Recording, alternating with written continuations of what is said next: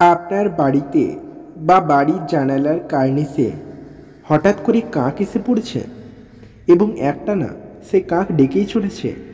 এ আসলে কিসের ইঙ্গিত জানেন? জানেন কি ঘটতে চলেছে আপনার জীবনে? এটা কোনো সাধারণ ব্যাপার নয়। এই ঘটনাটা ইঙ্গিত করে শনিদেবের। এটা জীবনে ঘটা শুভ নাকি অশুভ, কিসের ইঙ্গিত? আসুন, আপনিও যদি এগুলো না জেনে থাকেন তাহলে আজকের এই ছোট্ট ভিডিওটা সম্পূর্ণটা ধৈর্য সহকারে দেখার অনুরোধ রইল।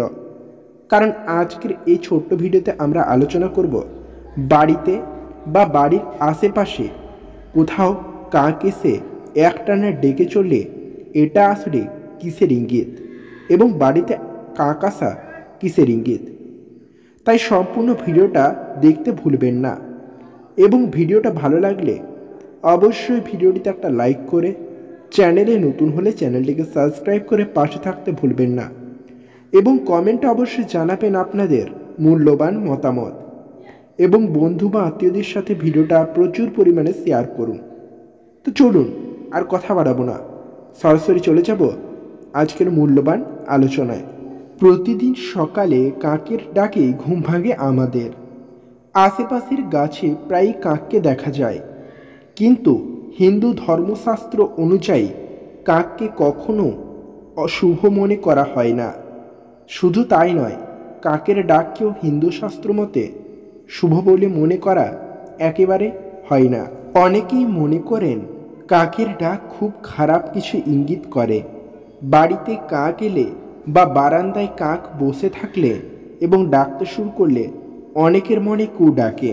তবে জ্যোতিষ মতে কাক সবসময় কিন্তু অশুভ নয়, বরং তার কিছু কিছু লক্ষণ কিন্তু বেশ শুভ কিছুর ইঙ্গিত করে। জ্যোতিষ মতে শনিদেবের বাহন হলো কাক।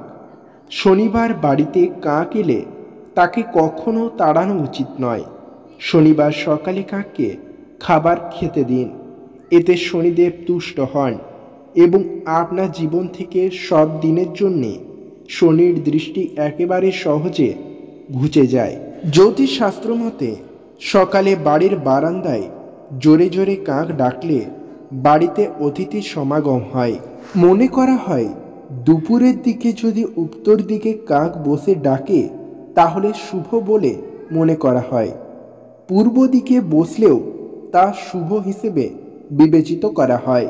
আপনি যদি কোথাও বাইরে বেরোন এবং তার আগেই যদি কাক বাড়ির জানালায় বসে ডাকতে থাকে, তাহলে যে কাজের জন্য বাইরে যাচ্ছেন তা ভালো হবে বলে মনে করা হয় জ্যোতিষশাস্ত্রে।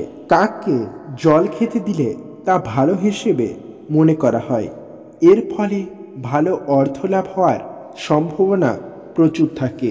তো বন্ধুরা, আশা করছি আপনারা বুঝতে পেরেছেন বাড়ির বারান্দায় বা ছাদে যদি কাক ডাকে তা আমাদের জীবনে কী রকম প্রভাব ফেলে। তো বন্ধুরা, আজকের ভিডিওটা এই পর্যন্তই। ফিরে আসছে আর একটা নতুন ভিডিওর সাথে।